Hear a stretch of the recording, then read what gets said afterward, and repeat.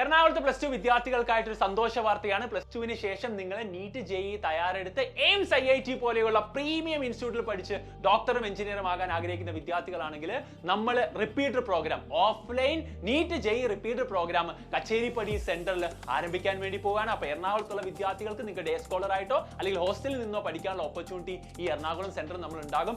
May 10 നമ്മൾ ആദ്യ batch ആരംഭിക്കാൻ വേണ്ടി പോകുകയാണ്. 6 മാസം കൊണ്ട് നമ്മൾ സിലബസ് കംപ്ലീറ്റ് ചെയ്യും. പിന്നെ റിവിഷൻ കംപ്ലീറ്റ് റിവിഷൻ ചെയ്യും. ഒരു റൗണ്ടും കൂടെ നമ്മൾ പഠിപ്പിക്കും.